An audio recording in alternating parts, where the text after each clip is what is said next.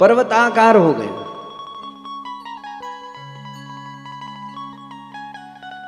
ब्रह्मा जी ने नामकरण किया, जनेऊ धारण कराई है। बड़े पुत्र का नाम, बड़े बालक का नाम हिरण्यकशिपु है, छोटे का नाम हिरण्याक्ष है। अब ये दोनों इतने बलवान हैं कि भागे तो पृथ्वी भी डगमगा जावे। अपने हाथों से यदि अस्त्र शस्त्रों को लेकर के ऐसे प्रहार करे तो बादल भी इधर उधर हो जावे। देवता लोग डरने लग गए, ही ये कौन आ गए, अब इनसे कौन युद्ध करे। अब हिरण्याक्ष अकेला बिना सेना के दिग्विजय करने के लिए निकला। अब उनसे कौन युद्ध करे, सब तो डर के मारे भागे। अब कोई युद्ध करने को नहीं बचे। युद्ध करने की ज्यादा इच्छा, कोई चंचल व्यक्ति होता ना, किसी के साथ चंचलता नहीं करे तो अकेला ही चंचलता करता। कोई चीज मिले उसको तोड़ेगा, उसको पटकेगा, उसको खेलेगा। अब वो खराब हो गई तो होवे। हिरण्याक्ष समुद्र में प्रवेश करके समुद्र के अंदर जाकर के ऐसे हाथों से छोल मारे तो गांव के गांव डूब जावे। नारद जी महाराज नारायण नारायण करते हुए आए। नारद जी से कहा कि नारद जी आप तो पुराने हैं, वयोवृद्ध महात्मा है, जानकार है, मेरे से आओ कुश्ती लड़ो। नारद जी ने कहा कहाँ मैं तानपुरे पर अंगुली फेरने वाला और कहाँ आप वज्रा पर्वताकार, मैं तो कहाँ युद्ध करूं, लेकिन हाँ युद्ध करने वाले से मिला देता हूं। नारायण भगवान है, आपको उनसे युद्ध करना चाहिए। तो वो कहाँ मिलेंगे, बोले यही बात सब लोग लेके बैठे हैं, वो मिलेंगे कहाँ, मिलते कहाँ हैं। भजन करते करते उम्र बीत रही है, तपस्या करते करते समय व्यतीत हो गया, जन्म व्यतीत हो गए, वो कहाँ मिलते। तब हिरण्याक्ष ने सोचा कि किसी भी पुरुष की स्त्री होती है ना, वो प्रसन्न होए तो उस पुरुष से बहुत जल्दी कार्य करवा सकते हैं, ठीक। और किसी स्त्री के सामने कोई बोल देवे तो वो पुरुष एकदम सामने आ जाता है, अर्धांगिनी है। अब भगवान की दो पत्नियां हैं, श्री देवी और भूदेवी। श्री देवी तो सतत साथ में रहती है और भूदेवी तो मेरे पिया परदेश बसत हैं। भूदेवी पृथ्वी देवी। जब ठाकुर जी पधारते हैं तब यह आनंदित होती है, उल्लसित होती है, प्रसन्नचित होती है। हरि भई भूमि द्रुम फूल फल भूमि आई, थर हर मोर नाचे आनंद बढ़ियो भारी है। तो ये भूदेवी है, ये ठाकुर जी की पत्नी है। तो हिरण्याक्ष इस भूदेवी को लेकर के पाताल में चला गया। अब तो नारायण भगवान को आना ही पड़ेगा।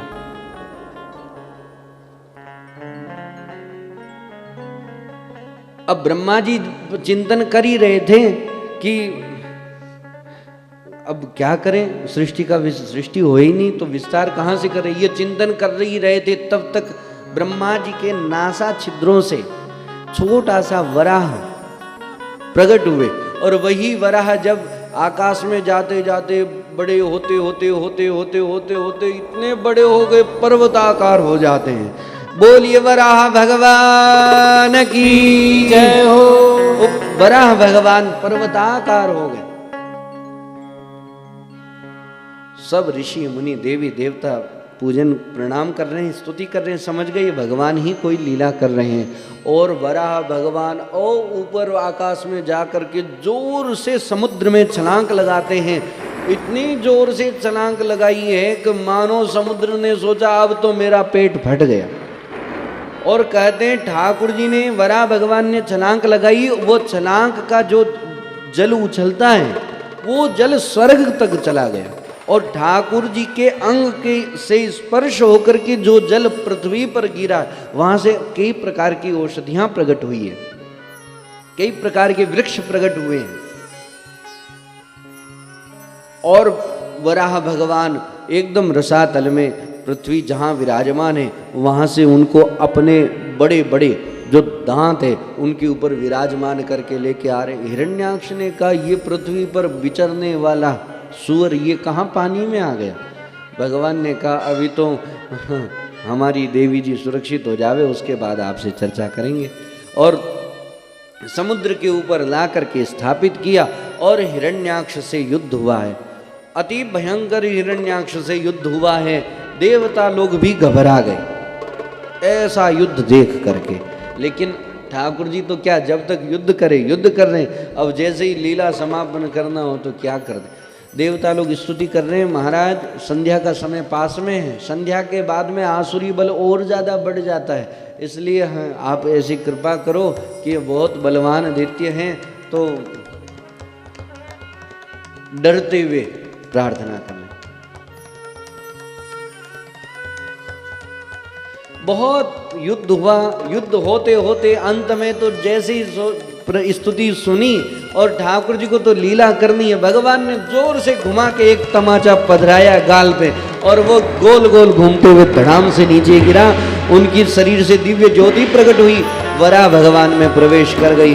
बोलिए वराह भगवान की जय हो। देवी देवता लोग पुष्पों की वर्षा करते हैं, ऋषि मुनि स्तुतियां करते हैं। ओम नमो भगवते मंत्र तत्वलिंगाय यज्ञकृतवे महाध्वरावयवाय महापुरुषाय नमः। कर्म शुक्लाय पुरुषावयवाय नमः।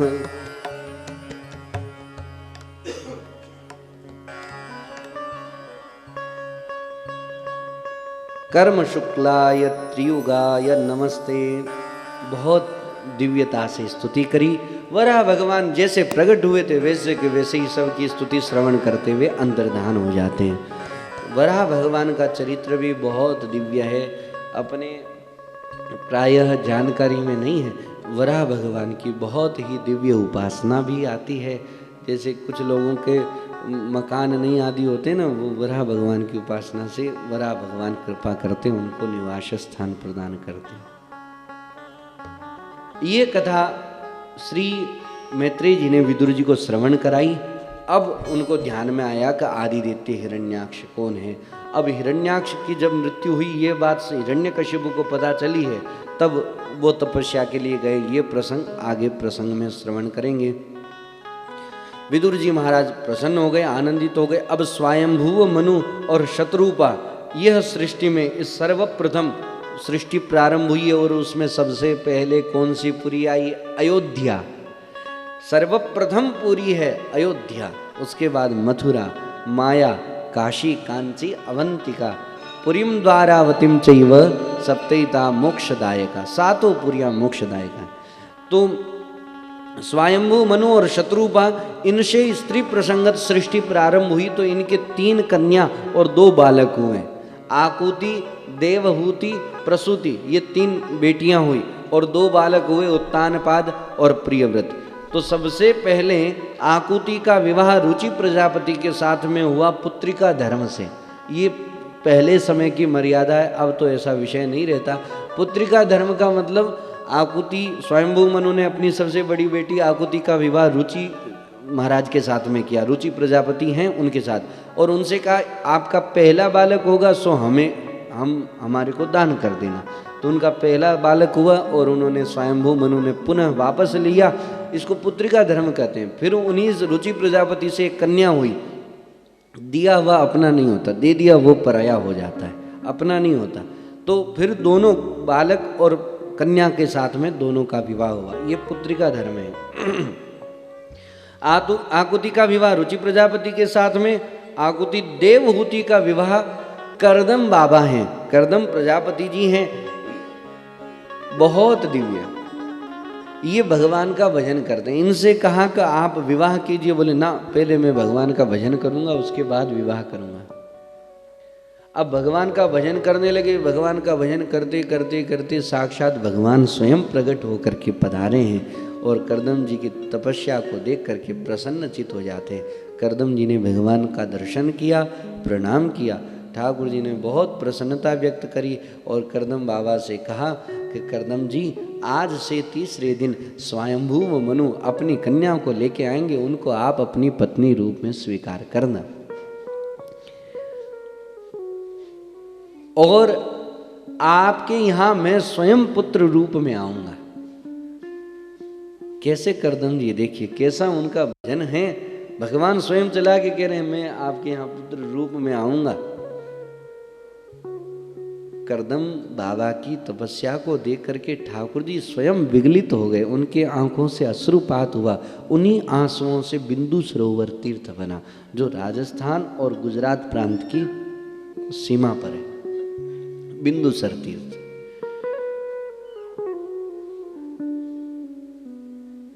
करदम बाबा तपस्या से उठ जाते हैं और तीसरा दिन हुआ, संध्या वंदन कर रहे थे। स्वयंभू मनु अपनी देवहूति कन्या को लेकर के आए। जैसे ही संध्या वंदन से उठे, नेत्र खोले, सामने ही बैठे थे और स्वयंभू मनु ने प्रणाम किया और कहा कि विधि का विधान है, मेरे हृदय में एक इच्छा है। करदम जी ने कहा, कहिए। मेरी कन्या है, इसको आप अपनी दासी के रूप में स्वीकार करो, पत्नी के रूप में स्वीकार करो। करदम बाबा ने कहा, जी ठीक है, मैं स्वीकार तो करता हूँ, लेकिन एक बात, इनके एक बालक होने के बाद मैं मेरे तपस्या करने चले जाऊंगा। तो ठीक है। हाथ में हाथ दिया है, जल छोड़ा है, कन्यादान हो गया। वाणी से ही कन्यादान करके स्वयंभू मनु अपनी कन्या को खूब स्नेह दे करके पुनः अपने राज्य में लौट जाते हैं। ये कन्यादान का भी अपना एक क्या स्वरूप है।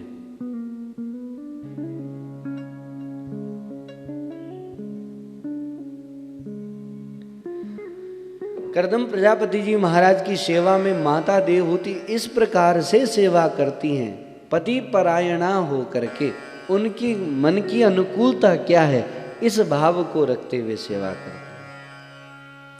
और वास्तविकता में तो सेवा वही है कि उनकी मन की अनुकूलता होवे, और मन की अनुकूलता होवे और उनके वो स्वयं अनुरूप भी होवे। कई बार मन की तो अनुकूलता है लेकिन अनुरूप ही नहीं है।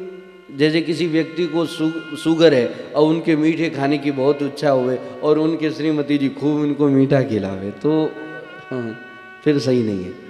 मन के अनुकूल तो है वो, और उसके बाद उनके अनुरूप भी है, उनके अनुकूल भी हो। अब सेवा करते करते समय व्यतीत होता चला गया। एक दिन करदम बाबा तपस्या में बैठ गए, तो माता देवहूति भी अपने पति के पीछे पीछे सब कुछ त्याग करके, साज श्रृंगार सब त्याग करके तपस्या में बैठ गए। वो बहुत समय तक तपस्या में बैठे रहे, तो यह भी बैठे रहे। बैठे बैठे बैठे बहुत दिन बीत गए। पहले के समय, अभी का प्राण जल में है, पहले का प्राण अलग अलग है। तो पूर्व युगों के प्राण, हड्डी जब तक है तब तक प्राण रहते थे। तो अब हड्डी तो कब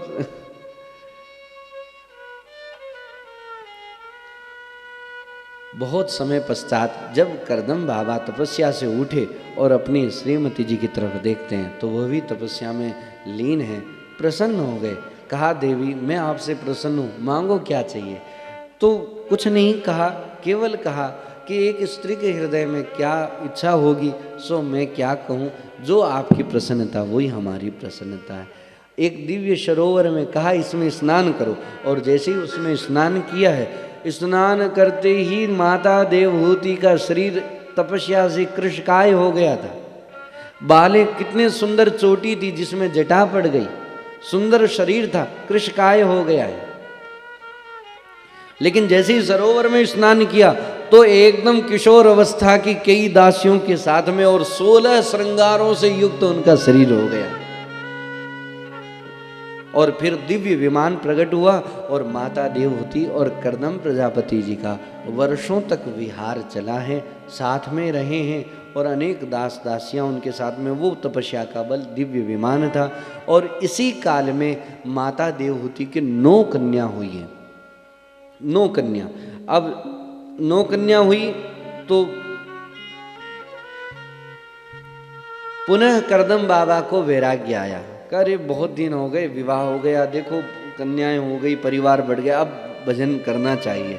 तो माता देवहूति ने प्रणाम करके कहा कि स्वामी आपने कहा था एक संतान होवे, ये कन्या इनका विवाह कौन करेगा।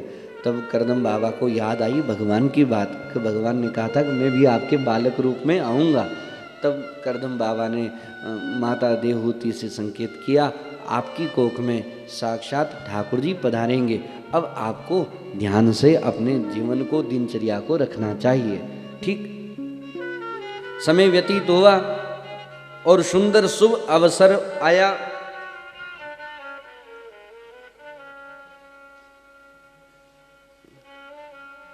भगवान कोख में पधारते हैं। 9 मास पूर्ण हुआ, ठाकुर जी का जन्म हुआ। माता देवहूति के यहाँ भगवान कपिल रूप में प्रकट हुए हैं। बोलिए श्री कपिल भगवान की जय हो। ब्रह्मा आदि 9 मरीचियों के साथ में ब्रह्मा जी पधारे और स्तुति करने के लिए स्तुति करी है। प्रसन्न हो गए ब्रह्मा जी। कर्दम प्रजापति जी आनंदित हो गए। ब्रह्मा जी ने कर्दम बाबा से कहा, सुनो, कहाँ? कहिए पिताजी, मेरे साथ में 9 प्रजापति हैं और आपके यहाँ 9 कन्या हैं। अब कहाँ देखने जाओगे? चट मंगनी पट ब्याह कर ही दीजिए। इधर 9 प्रजापति, इधर आपकी 9 कन्या, विवाह कर दीजिए।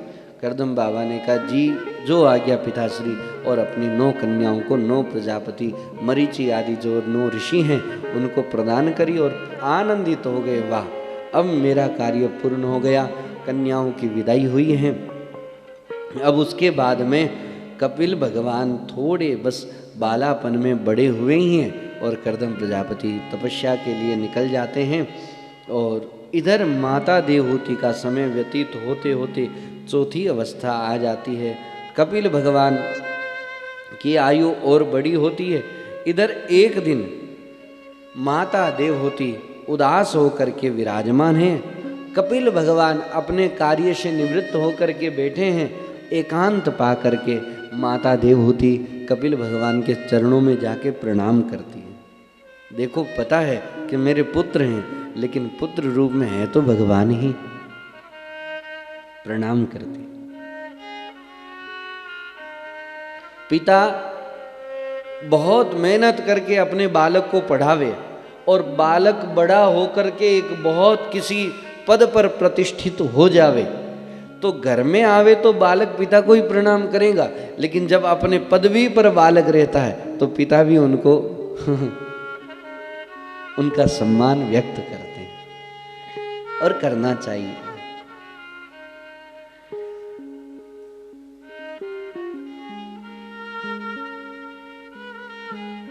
माता देवहूति अपने भगवान को प्रणाम करके और प्रार्थना करती है, प्रभु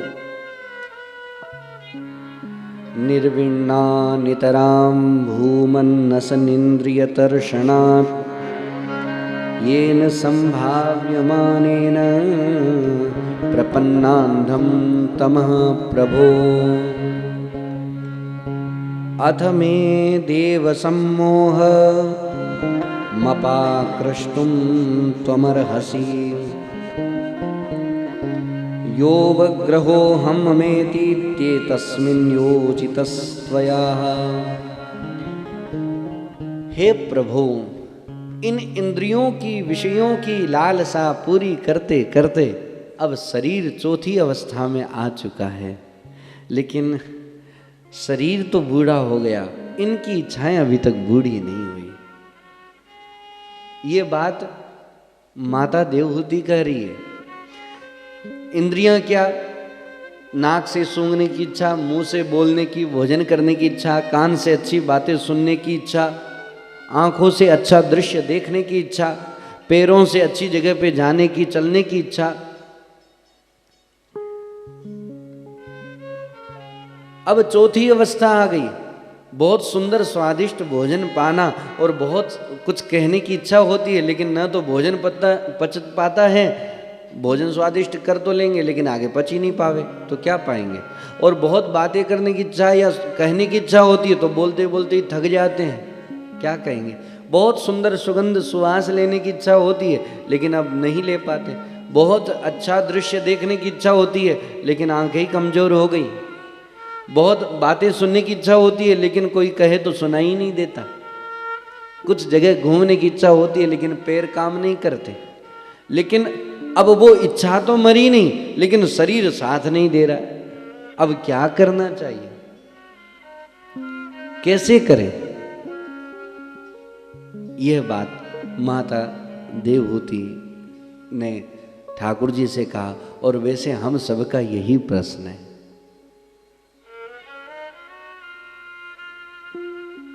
भगवान माता जी को बात कहते हैं, योग आध्यात्मिक पुंसाम मतो निश्रेयसाय में। और एक और बात माता देवहूति ने कही, तम त्वा गताहम शरणम शरण्यम स्वभृत्य संसार तरोह कुठारम जिज्ञासयाहम प्रकृते पुरुषस्य नमामि सद्धर्म विदाम वरिष्ठम।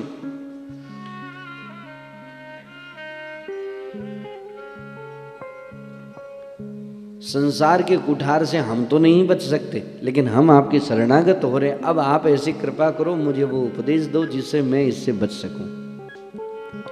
मैं आप सबसे एक निवेदन कर रहा था, आप लोग थोड़े थोड़े आगे हो जाओ और इधर हो जाओ। जैसे कोई संत आना चाहे तो आगे बैठना चाहे तो आगे भी बैठ सके। थोड़े थोड़े आगे हो जाओ और थोड़े इधर हो जाओ।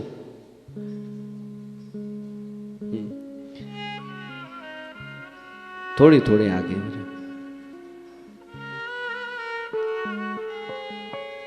हाँ, और उधर से थोड़े इधर हो जाओ। कोई संत आगे बैठना चाहे तो बैठ विराज। अस्तु।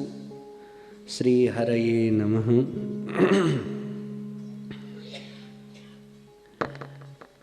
माता से भगवान कहते हैं, माता जी हमारी दृष्टि में तो एक ही बात है, योग आध्यात्मिक पुंसाम मतो निश्रेयसाय में। अध्यात्म से जुड़ जावे तो सारी बात बन जाती है। कैसा भी व्यक्ति संसार से कैसा भी कष्ट में हो, कैसे भी विषय में हो, लेकिन भगवान से जुड़ जावे तो बात बन जाएगी। सभी इच्छा पूर्ति हो जाती है, सभी बात बन जाती है। भगवान में लग जावे, अध्यात्म से जुड़ जावे। एक उदाहरण है कि अध्यात्म से जुड़ जावे तो ये कैसे पूरी हो जाएगी इच्छा। एक तो क्या है, सुख और दुख में व्यक्ति सुखी दुखी होता है। सुख में आनंदित होता है, हाँ हाँ क्या बात है, आनंद आ गया, भगवान की बहुत कृपा है। लेकिन दुख आवे, क्या करें, भगवान हमारी सुन ही नहीं रहे, कहाँ जाएं। अरे इतने लोगों को कष्ट निवारण करते, मेरा भी कष्ट क्यों नहीं निवारण कर रहे। सब बात सही है, बस ये एक बात ही सही हो जावे तो ऐसा रहता है। लेकिन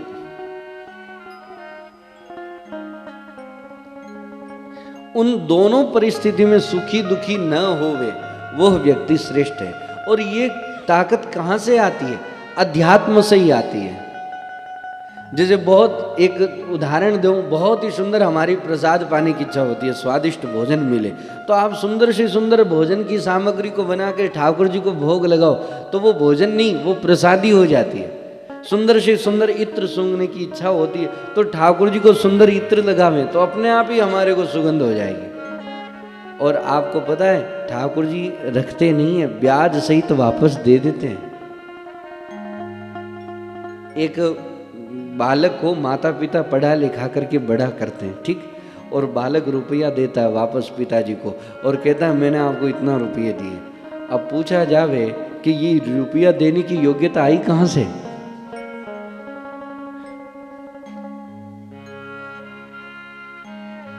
माता पिता ने ही तो योग्यता दी। बहुत सुंदर संगीत सुनने की इच्छा होवे, ठाकुर जी के सामने गीत गावे, ठाकुर जी का कीर्तन सुनावे, भगवान को पद सुनावे, तो हम लोगों के गले कोई बहुत ज्यादा अच्छे नहीं है हमें तो हमारा गायन अच्छा ही नहीं लगता, लेकिन वो ऐसा लगता है कि ठाकुर जी का कीर्तन करते हैं तो वो अच्छा हो जाता है। बस वो अच्छा हो जावे और दूसरा क्या चाहिए।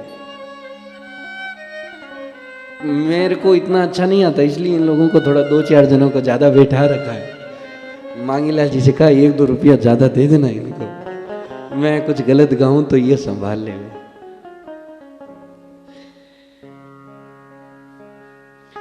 आप लोग कल बहुत सारी बहनें, कोई नाचते हुए, कोई गाते हुए, कोई झूमते हुए, कोई एकदम उछलते हुए राधे राधे राधे राधे। अभी तक तो हम सब लोग वृंदावन में राधे राधे बोलते थे, ये लोग बीकानेर में राधे राधे, गंगासर में राधे राधे, पाबू बारी में राधे राधे।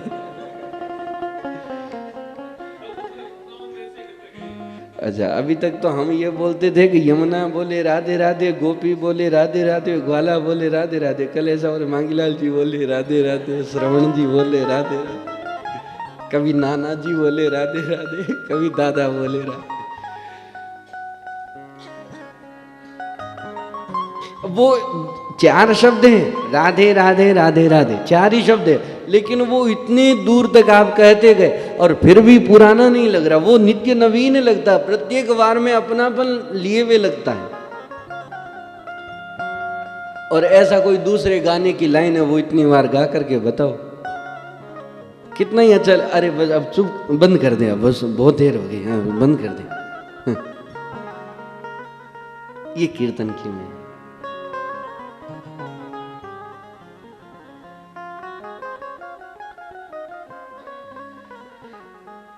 तो कुछ भी कहने की, गाने की, चाहे ठाकुर जी का पद गावे तो अपने आप ही राग स्वर अलाप सब आ जाता है। उनकी कृपा से वो यदि अच्छा गवाना चाहेंगे तो हमारे को आ जाएगा।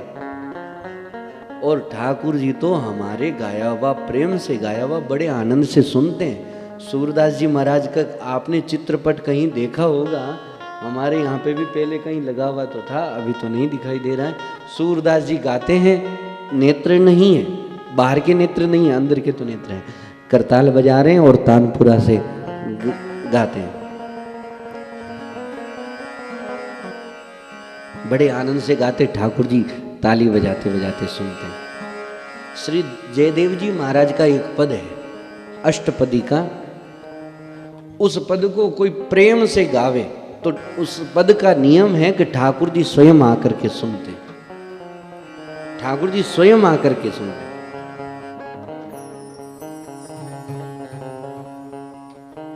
स्वयं आकर के सुनते हैं ठाकुर जी। कैसी दिव्यता इस पद में। और ऐसे कितने प्रसंग है, मैं आपको एक प्रसंग सुनाऊं। जगन्नाथपुरी में माली परिवार है, उनके बैंगन का बगीचा है और मालिन की एक बेटी है, उनको अष्टपदी के 2-4 लाइनें आती है, 2-4 लाइन आती थी। तो वो अच्छा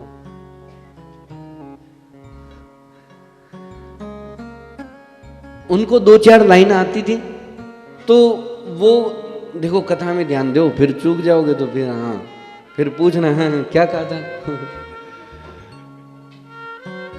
तो माली की एक बेटी है, उनको अष्टपदी की 2-4 लाइन आती थी, तो वो गा रही है।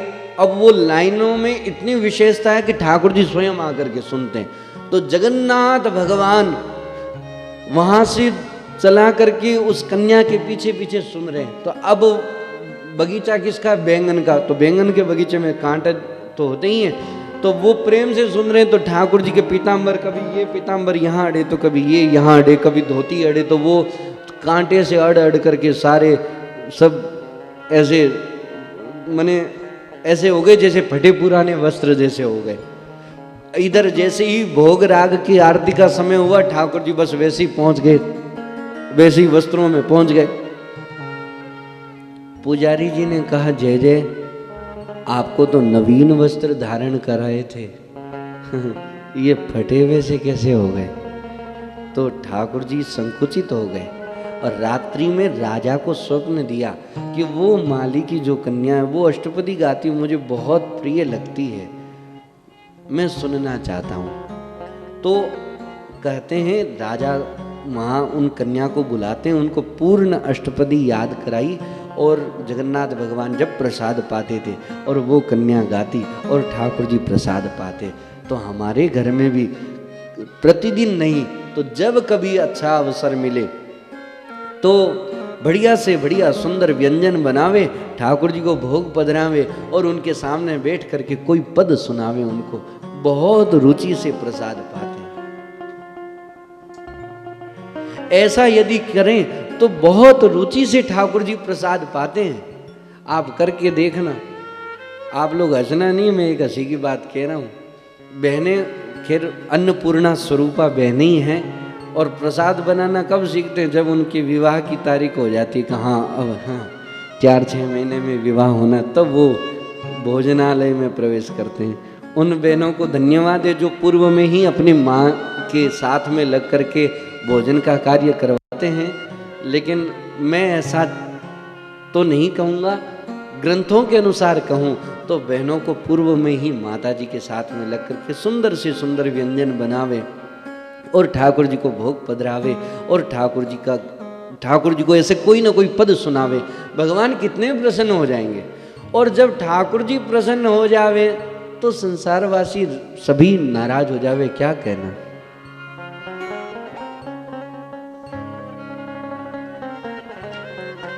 और मीरा जी के तो जीवन की बात है। लोग कहे मीरा भाई रे बावरी, लोग कहे मीरा भाई रे बावरी, सास कहे कुल नासी दे, सास कहे कुल नासी दे, घुंघरू बांध मीरा नाची दे, पग घुंघरू बांध मीरा नाची दे, पग घुंघरू बांध मीरा नाची दे, घुंघरू बांध मीरा नाची दे।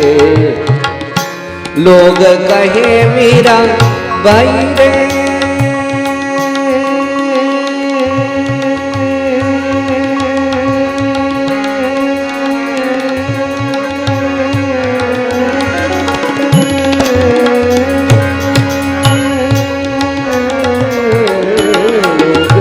कहे मीरा भाई रे बाबजी, लोग कहे मीरा भाई रे बाबजी, लोग कहे मीरा भाई रे बाबरी, सास कहे कुल नासी दे, पग घुंघरू बांध मीरा नाची दे, पग घुंघरू बांध मीरा नाची दे, पग घुंघरू बांध, पग घुंघरू बांध, हाँ घुंघरू बांध मीरा नाची दे।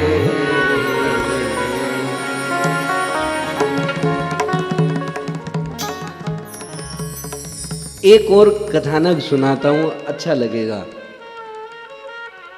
श्री नाथ जी जो अभी नाथ द्वारा में विराजमान है, क्या उत्सव स्वरूप उनका दृश्य है और वो जगह क्या दिव्य है। कभी दर्शन आप लोगों ने कुछ किए ही होंगे, नहीं किए तो जरूर करिएगा। इतना श्रृंगार मालाओं का बहुत दिव्य है। जब यहाँ विराजते थे गिरिराज जी में श्रीनाथ जी, तब की बात है। हाँ, गिरिराज जी में पहले विराजते थे। तो श्री चतुर्भुज दास जी महाराज, मैं थोड़ा सा भूल रहा हूँ, कुम्मन दास जी के पुत्र हैं चतुर्भुज दास जी, गलत हो सकता हूँ। तो इनके 4-5 बालक थे, लेकिन फिर भी ठाकुर जी से कहते कि कोई एक बालक होता तो सत्संग में साथ देता। तो ठाकुर जी ने कहा, गुरुजनों ने कहा ये 5 है ना, बोले ये मेरे नहीं है, ये संसार के हैं, ये मेरे नहीं है, संसार के हैं। तो एक दिन ठाकुर जी ने कहा चलो कुम्मन दास जी चोरी करने। कुम्मन दास जी ने कहा मैं कहाँ चोरी करने, तुम बोले नहीं नहीं चलो चलो। अब वो चोरी करने गए तो कुम्मन दास जी के ठाकुर जी ने ऊपर यहाँ पैर रखे और मटकी उतारी। देखो दिव्य धाम की लीला। और ये कुम्मन दास जी बहुत वर्षों पुरानी बात नहीं, अभी 200-500 वर्ष में की बातें, लेकिन ठाकुर जी के साथ में ऐसी लीला करते दिव्य देश में जाके। अब क्या कुम्मन दास जी से बोले मेरे को ऊपर करो, ऊपर चढ़ाए और ठाकुर जी ऊपर से मटकी उतारे और मटकी एक छाछ और माखन अच्छे से पारे। और तब तक क्या हुआ कि ठाकुर जी का फेंट खुल गया। ये फेंट होता ना यहाँ बांधा हुआ, कई लोग बांध लेते हैं, यहाँ फेंट बांधते, तो वो फेंट खुल गया। तो ठाकुर जी 2 हाथ से तो माखन पा रहे और 2 हाथ से वो फेंट बांध रहे। तो ये दृश्य कुम्मन दास जी ने दर्शन किया, अच्छा ठाकुर जी तो चतुर्भुज हैं, दृश्य किया। अब ये पा ही रहे थे, तब तक गोपियां आ गई। अब गोपियां आ गई तो ठाकुर जी ने क्या किया, वो जो छाछ थी वो अपने मुंह में भर ली, छाछ मुंह में भर ली और कुम्मन दास जी को पीछे कर लिया कि आप मेरे पीछे हो जाओ। और जैसी गोपी पकड़ने आवे तो मुंह सामने कर दे, अब कौन जावे उनके सामने। बस ऐसा करते करते आगे बढ़े। अंत में तो एक गोपी ने कहा कुछ भी होगा कर ही लेंगे, और जैसे ही आगे बढ़ी ठाकुर जी ने हाँ, और मुंह से वो छाछ उड़ेल दी और भगे जल्दी से। कुमनदास जी भी भगे, ठाकुर जी भगे। ठाकुर जी तो मंदिर में विराजमान हुए, कुमनदास जी दौड़ते हुए अपनी कुटिया में आए और रात्रि में चिंतन कर रहे थे उसी लीला का कि आज लाल जी का 4 भुजाओं में स्वरूप का दर्शन हुआ, और उसी समय उनके घर में एक बालक का जन्म हुआ उसी काल में। तो उसी बालक का नाम चतुर्भुज रखा। श्री चतुर्भुज दास जी महाराज ऐसे संत हुए, ऐसे संत हुए क्या कहूँ। एक दिन लाल जी जब बड़े हुए तो चतुर्भुज दास जी बालक रूप में बड़े हुए तो घर से निकल गए। कुमनदास जी चिंतित हो गए, अरे बालक कहाँ चले गए, बालक कहाँ चले गए। इसी उदासी में जब घर से कहीं कुटिया से बाहर निकल के देखने आए तो बगीचे में ठाकुर जी उनको अंगुली पकड़ करके घुमा रहे हैं। तो बोले ठाकुर जी ने पकड़ लिया, अब मैं निश्चिंत हो गया। कैसे भजनानंदी संत रहे होंगे जिनके बालकों को ठाकुर जी खेल रहे हैं, ठाकुर जी जिनके साथ खेलते हैं। अब चतुर्भुज दास जी बड़े हुए, अब वो चतुर्भुज दास जी ठाकुर जी को छोड़ना ही नहीं चाहते। सवेरे अपने कार्य से निवृत्त होकर के ठाकुर जी के पास आके बैठ जाते, और जब ठाकुर जी का पर्दा आता तब अपने घर पे जाते, जब पर्दा खुलने का आता पुनः वापस आके बैठ जाते, जब रात्रि में ठाकुर जी शयन करते तब घर पे जाते। एक दिन चतुर्भुज दास जी महाराज के गुरु जी ने कहा, श्री विठलनाथ जी महाराज या गुसाई जी, श्री वल्लभाचार्य जी महाराज, ऐसा ध्यान में कहा कि चलो भ्रमण करके आते हैं। अब चतुर्भुज दास जी बोले मना कर सकता नहीं, गुरुजन हैं और ठाकुर जी को छोड़ने की इच्छा नहीं है, क्या करूं। उस समय क्या स्थिति होती है क्या बताएं।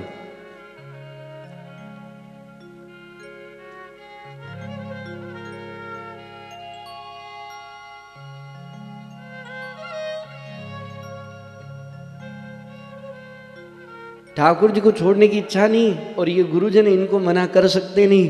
तो अब चले, दिन निश्चित हुआ।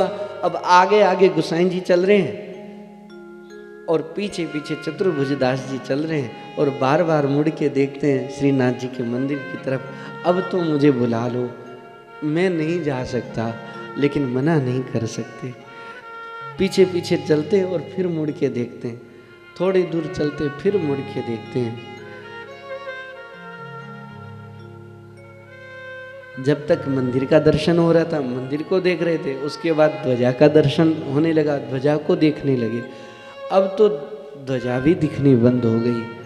फिर भी पीछे मुड़ के देखते हैं कि अंत में जैसे ही ब्रज की सीमा पार गिरिराज जी से तुरंत राजस्थान जुड़ जाता है। जैसे ही गिरिराज जी की सीमा पार हुई, हा श्रीनाथ जी, हा श्रीनाथ जी कहते हुए चतुर्भुज दास जी भाव विभोर होकर के वहीं गिर गए। आचार्य जी ने पीछे मुड़ के देखा कि क्या हुआ, अब क्या करते। बहुत रोए, भाव विभोर होकर के गिर जाते हैं। मैं इनको नहीं छोड़ सकता, क्या करूं। तुरंत वहीं ठाकुर जी प्रकट हो गए और चतुर्भुज दास जी को हृदय से लगा लिया। ठाकुर जी प्रकट होकर के चतुर्भुज दास जी को हृदय से लगा करके बोले, अरे चतुर्भुज दास जी, आप जहां रहोगे वहीं मैं रहूंगा, मैं आपको कभी नहीं छोड़ सकता। और उसी समय चतुर्भुज दास जी बोलते, गोवर्धन वासी सांवरे तुम बीन रयो जय। गोवर्धन वासी सांवरे तुम बीन रयो जय, तुम बीन रयो जय, तुम बीन रयो जय। गोवर्धन वासी सांवरे तुम बीन गोवर्धनवासी सांवरे तुम वीर हम आपके बिना नहीं रह सकते। और चतुर्भुज दास जी से ठाकुर जी ने हृदय लगा लिया, हृदय से लगा लिया, कहा जहाँ आप हो वहीं मैं हूँ, मैं भी तो आपके बिना नहीं रह सकता। और यह बात जब श्रीमद् वल्लभाचार्य जी को पता चली तो फिर गोसाई जी उनको नहीं लेके गए, उनको वहीं विराजमान किया। ऐसे भक्त श्री चतुर्भुज दास जी है। उनका जो यह पद श्री गोवर्धनवासी सांवरे, कोई 1 वर्ष तक ठाकुर जी को सुनावे तो कहते हैं ठाकुर जी स्वयं उनको दर्शन देते हैं। यह पद है ऐसा। और नहीं तो ठाकुर जी अपना प्रेम प्रदान जरूर करते हैं। बहुत से संतों ने इन पद को अनुभव किया और उनके हृदय में आज दिखता है ठाकुर जी के प्रति, भगवान के प्रति कैसा दिव्य प्रेम है। ऐसी लीला ठाकुर जी हमारे साथ करें और इसी भावना के साथ में ही हमारे को ये वृंदावन का आनंद लेना है।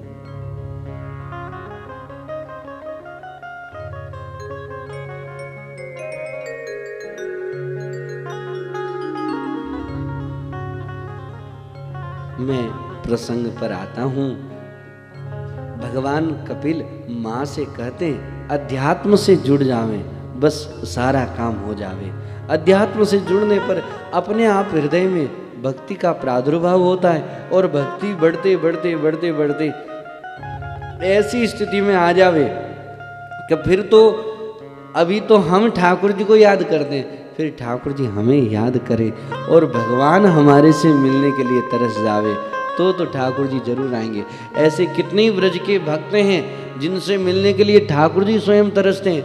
ब्रज की भक्तमाल की कथा आपको एक सुनाऊं। एक संत थे, यमुना जी के तट पर कुटिया में भजन करते। ठाकुर जी कहते मैं भी आपके यहाँ रहूँगा, तो भगवान बाबा जी कहते ना ना आप जाओ मंदिर में, हम आपका भजन करेंगे। तो बोले नहीं नहीं मैं भी आपके साथ रहूँगा। बोले आप मेरे साथ रहोगे तो हम भजन नहीं कर पाएंगे। तो बोले नहीं नहीं मैं आपके साथ ही रहूँगा। और ठाकुर जी कह रहे मैं आपके साथ रहूँगा।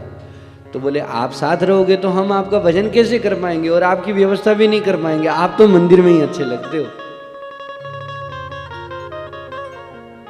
तो बोले हम तो सूखी टिकट बना के पाते हैं, आपके वहाँ 4 टाइम भोजन लगता है, वो भी थाल भर भर के और सुंदर से सुंदर स्वादिष्ट भोजन, और ये दाल का पानी और टिकट, बोले यही चल जाएगा।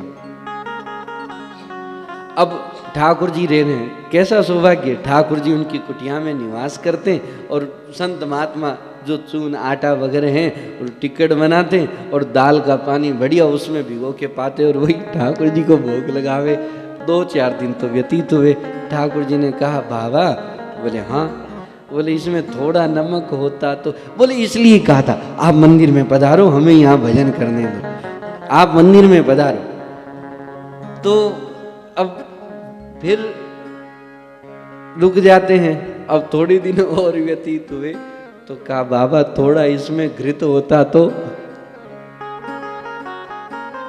घी होता।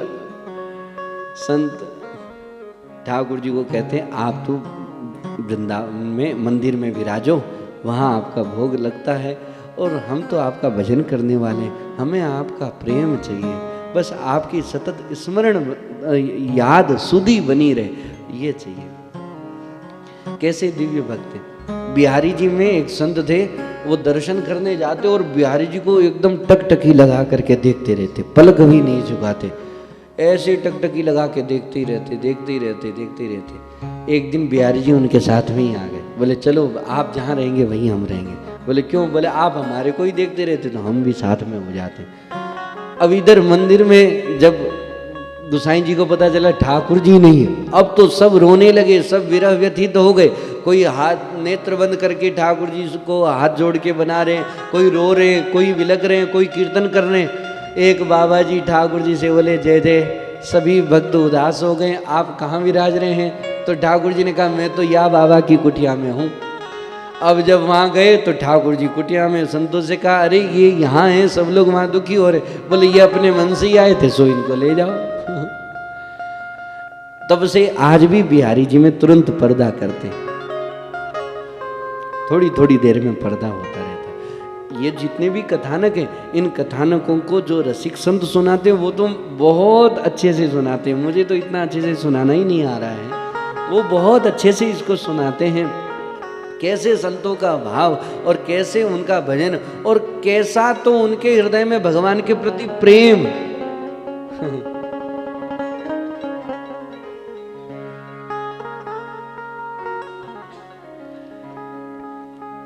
कपिल भगवान माता देवहूति को महद आदि भिन्न भिन्न तत्वों की उत्पत्ति का वर्णन, प्रकृति पुरुष के विवेक से मोक्ष प्राप्ति का वर्णन, अष्टांग योग की विधि और उसके बाद में भक्ति का मर्म, काल की महिमा, प्रकृति पुरुष के देह गेह में आसक्त पुरुषों की अधोगति का वर्णन, भक्ति का मर्म, काल की महिमा। भक्ति का मर्म कैसा है सो तो भक्ति करने वाले ही जानते हैं। जो लोग भक्ति करते हैं वो कहते हैं अरे हमसे कुछ भी भजन साधन नहीं बनता, और जो जैसा करते हैं वो बताते ही रहते हैं।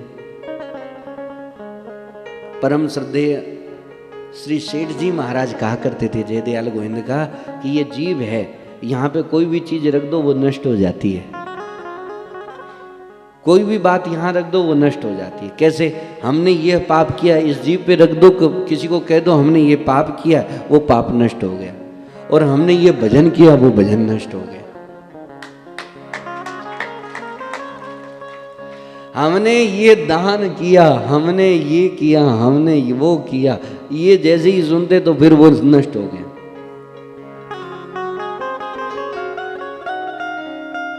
ययाति या अग्निद्र कोई ऐसे चरित्र में ऐसा आया है, राजा हुए बहुत बड़े, और ऐसे उन्होंने तपस्या करी, इतना पुण्य कर्म किया कि स्वर्ग का सम्राट इंद्र के समान उनका पद हो जावे, ऐसा इंद्र के बराबर सिंहासन लग जावे, इतनी योग्यता आ गई। और बैठे, इंद्र ने कहा अब राजा तो एक ही अच्छा लगता है, और दो हो गए मेरे बराबर, क्या करें। अब देवता भी देवता, उन्होंने उनसे पूछा कि आप इतने बड़े पद पर सुशोभित हो रहे हैं, इसका क्या कारण है, इसका क्या रहस्य है, हमें भी बताओ। अब वो लगे बताने, हमने ऐसा किया था, वैसा किया, या वो हुआ था हमारे से, ऐसा किया वैसा किया। वो सारा कहते चले गए, कहने के जैसे ही वो बात खत्म हुई और सिंहासन हिलते हिलते हिलते हिलते वापस उनका दो पतन हो गया। क्षीणे पुण्य मर्त्य लोकम विशंति।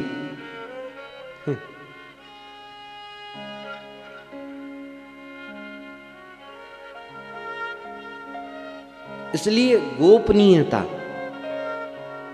हाँ कोई जानकार साधक जिज्ञासु तो उनको संकेत मात्र के लिए कहा ऐसा करने से लाभ होता है, गुरुजनों की आज्ञा से हमने किया है, सत्संग में हमें ये बात मिली, आप भी ऐसा करो, आपको भी लाभ मिलेगा।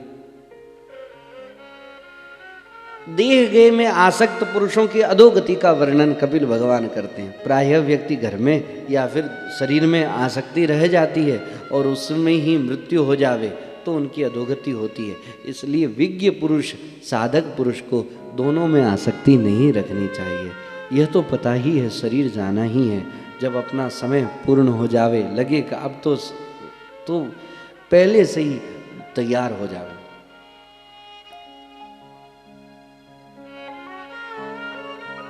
पहले से ही तैयार रहते हैं, उनकी यात्रा बहुत आनंद में होती है।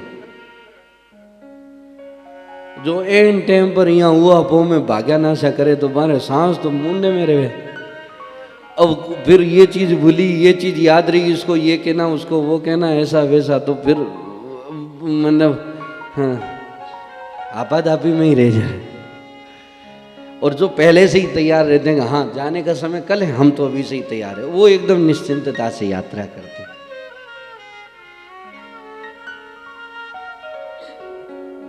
मृत्यु बाद में आवे, हम उसके लिए पहले से ही तैयार हो गए। तो पहले से तैयार कौन होता है? जो उसको मृत्यु के बाद की व्यवस्था जिसके पास पहले से ही हो, वो पहले से ही तैयार रहते।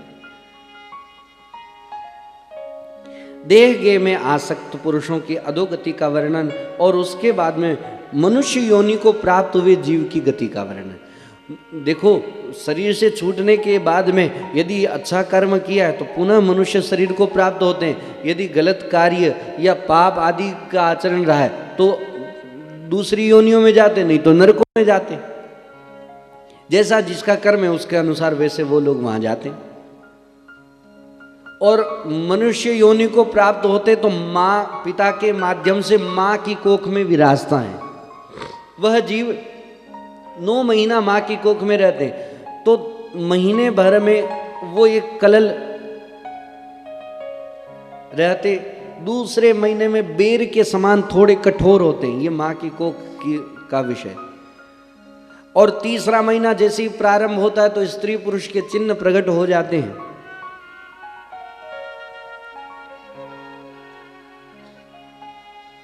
चौथे मास में मांस आदि 7 धातुएं पैदा हो जाती है, और 5वें महीने में भूख प्यास भी लगने लग जाती है, और छठे मास में कोख की झिल्ली से लिपट करके वह दाहिनी कोख में घूमने लग जाता है। और उस समय माता के खाए पिए हुए अन्न जल आदि उसकी सारी उनको मिलती है, और उससे वह पुष्ट होता है। और वह उस मल मूत्र के गड्ढे के बीच में पड़ा रहता है जीव, और भगवान से प्रार्थना करता है। देखो, सुकुमार तो होते ही हैं, और वहाँ के जीव उसको जब काटते हैं तो वह प्रार्थना करता है, जय जय गोपाल श्री राधा रमण हरि गोविंद, जय जय राधा रमण हरि गोविंद,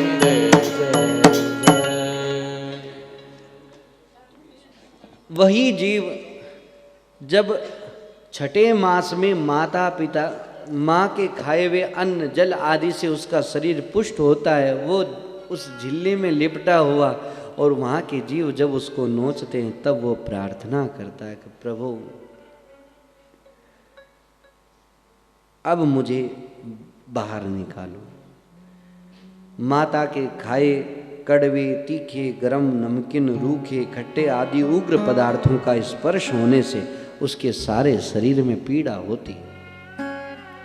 माताओं को बहनों को इन बातों का ध्यान रखना चाहिए। शीतल भोजन करें, बहुत ज़्यादा गर्म नहीं, एकदम ठंडा नहीं। वैसे तो संकेत करूं तो सहज भोजन, बाहर का नहीं पावे। अभी तो घर का बनाया हुआ शुद्ध भोजन करे, बाहर का नहीं पावे। बासी भोजन नहीं करे, तेज ठंडा भोजन न करे, तेज गरम भोजन नहीं करे।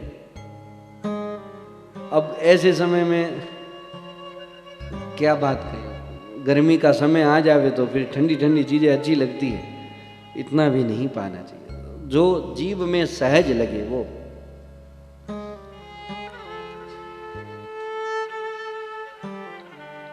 और उतना भी गर्म नहीं। और जो भी माँ उस समय चिंतन करती है उसका असर बालक पे जाता है। आप देखिए, बालक में जो जब जहां जैसी चंचलता है वो माता के चिंतन का ही असर उनके ऊपर पड़ता है। 9 महीने में जिन वस्तुओं से बालक पुष्ट होता है, बालक के जन्म के बाद आजीवन उन्हीं वस्तुओं से वो बालक पुष्ट होता है।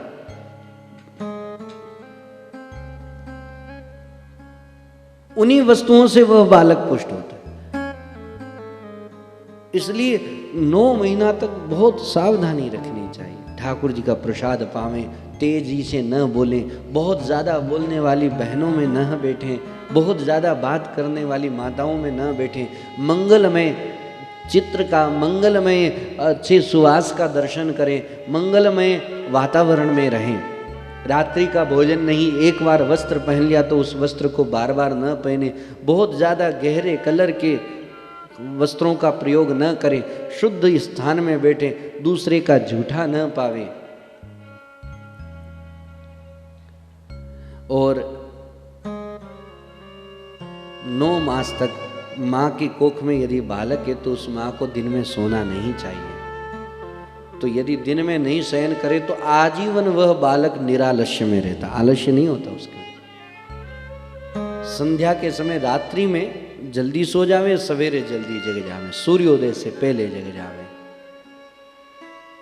अब ये क्रियाएं होती 9 महीने की है और बहुत ज्यादा अति कहूं तो 5-6 महीने की होती है, लेकिन इसका लाभ कितना होता है। और वही हमारे में यदि चंचलता रहे तो शरीर तो चुपचाप बैठा है, लेकिन मन की बहुत सारी चंचलता, ये नहीं भारा, वो नहीं अच्छा लग रहा, वहाँ जाना है, ऐसा कर लें क्या, वो कर लें क्या, ये रह लें क्या, इनसे मिल लें क्या। तो वो चंचलता, शरीर तो भले ही नहीं जा रहा, लेकिन वही की वही मानसिक चंचलता फिर बालक में रहती है।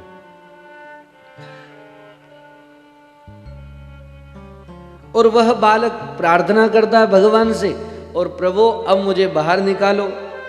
तस्योपसन्नमवितुम जगदिच्छयात नाना तनोर भुवि चलत चरणारविंदम सोहम व्रजामि शरणम यकुतो भयम में येने दृशि गतिर्दर्श सतोनुरूपा। प्रभु मैं बहुत अधम हूँ, भगवान ने मुझे जो गति दिखाई वह मेरे योग्य ही है। मैं पाप कर्म किया तभी तो मुझे मनुष्य जन्म मिला, यदि भगवान को प्राप्त हो गया होता तो वापस जन्मना थोड़ी ना पड़ता। और उस मनुष्य को, बालक को तो कष्ट होता है, माँ को कितना कष्ट होता है। इसलिए कई संत महात्मा तो माँ को भी कष्ट नहीं देते।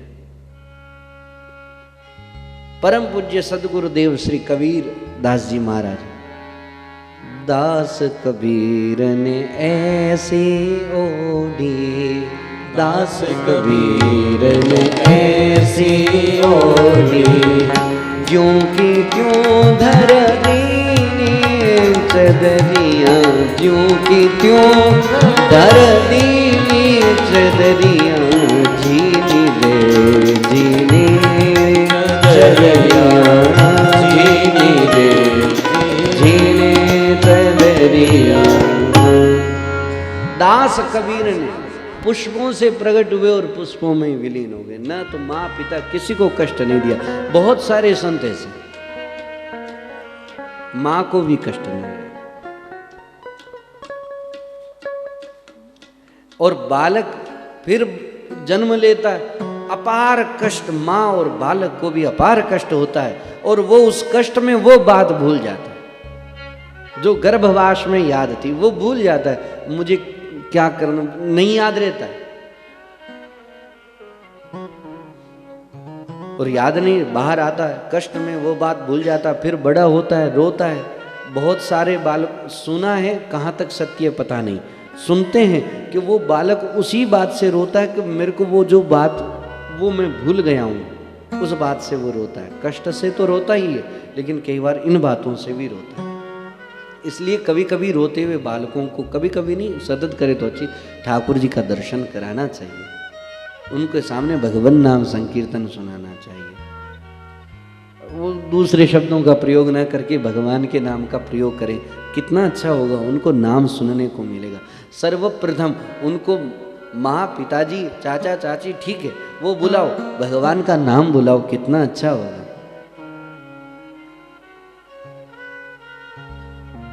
अब और ज़्यादा बात जैसे मैं कहूँ तो कुछ लोग उस बात को नहीं कर पाते। सबसे पहले ठाकुर जी का ही नैवेद्य उनको देना चाहिए, तो कितना बढ़िया रहता है। फिर वो बालक बड़ा होता है, सोचता है कि मुझे यहाँ सुख मिलेगा, ऐसे सुख मिलेगा, खूब लालन पालन में, लाड प्यार में इतना सुख लेते लेते फिर सोचता वस्तुओं में सुख मिलेगा, फिर वस्तुओं में नहीं मिलता तो सोचता खिलौने, वस्तुएं और असली खिलौने, असली अच्छी वस्तुओं में सोचता सुख मिलेगा, नहीं मिलता। सोचता अब मैं पढ़ाई कर लूँगा, योग्य हो जाऊँगा, तब तो हो ही जाएगा, बात बन ही जाएगी, फिर नहीं बन पाती है। पढ़ लिख जावे, योग्य हो जावे,